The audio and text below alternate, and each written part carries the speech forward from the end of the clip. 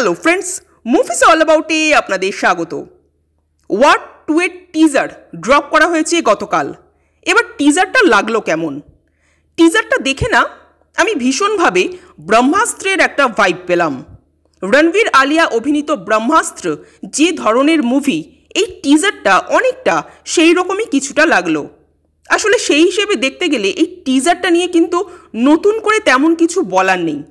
ওয়াইআরএফের spy ইউনিভার্সের একটা অংশ এই ওয়ার 2, আর এই স্পাই ইউনিভার্সের নামে ওয়াইআরএফ যত মুভি বানাচ্ছে, সেটা ওয়ার 2, পাঠান, টাইগার, মানে টাইগারের 3টে পার্ট, সবকটাই দেখুন একই টাইপের। ইভেন আগে যে ধুম সিরিজ বানাতো সেগুলোও কিন্তু কাইন্ড অফ সেম, মানে মেকিং স্টাইল, হিরোদের এন্ট্রি, চেজিং সিন, অকারণে নায়িকাদের বোল্ড করে তোলার প্রচেষ্টা, সবই মোটামুটি এক।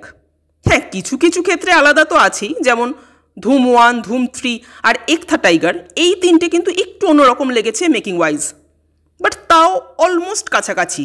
তবে হ্যাঁ, যত দিন যাচ্ছে আদিত্য চোপড়া আরও টাকা পয়সা খরচ করে আরও ঝাঁ চকচকে পলিশড মুভি বানাচ্ছেন, এটাই যা। যদিও ওয়ার 2তে ভিএফএক্স আহামরি কিছুই লাগছে না।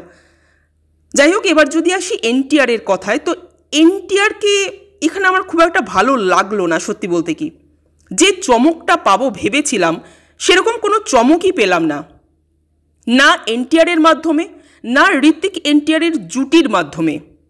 এনটিআরের চেহারায় না একটা মিষ্টতা আছে, একটা সুইট, একটা কিউট ব্যাপার আছে, কিন্তু এরকম ধরনের অ্যাকশন মুভিতে, তাও আবার ভিলেনের চরিত্রে, এরকম সুইট কিউট ফেস কিন্তু চলে না। এর জন্য একটা রাফ অ্যান্ড টাফ চেহারা লাগে, যেরকমটা ঋত্বিককে এখানে মারাত্মক লাগছে, মারাত্মক, মানে জাস্ট ফাটাফাটি।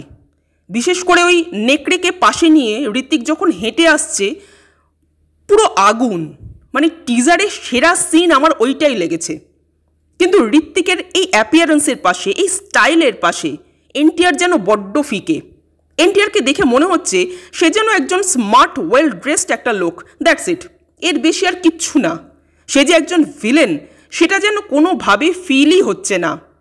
যেটা ফিল হয়েছিল টাইগার 3তে ইমরান হাশমিকে দেখে, যেটা ফিল হয়েছিল জন আব্রাহামকে পাঠানে দেখে, কিন্তু এনটিআরকে দেখে এখানে ভীষণ আশাহত হলাম। যাই হোক, টিজারটা একটা ঠিকঠাক টিজার লাগলো, খুব একটা আহামরি কিছু না। আশা করে রয়েছি ট্রেলারটার জন্য, যদি সেখানে নতুনত্ব কিছু পাওয়া যায়। আপনাদের কেমন লেগেছে টিজারটা কমেন্ট করে জানাবেন, আর আমাদের ভিডিও ভালো লেগে থাকলে প্লিজ লাইক, শেয়ার, সাবস্ক্রাইব করতে ভুলবেন না। Thank you.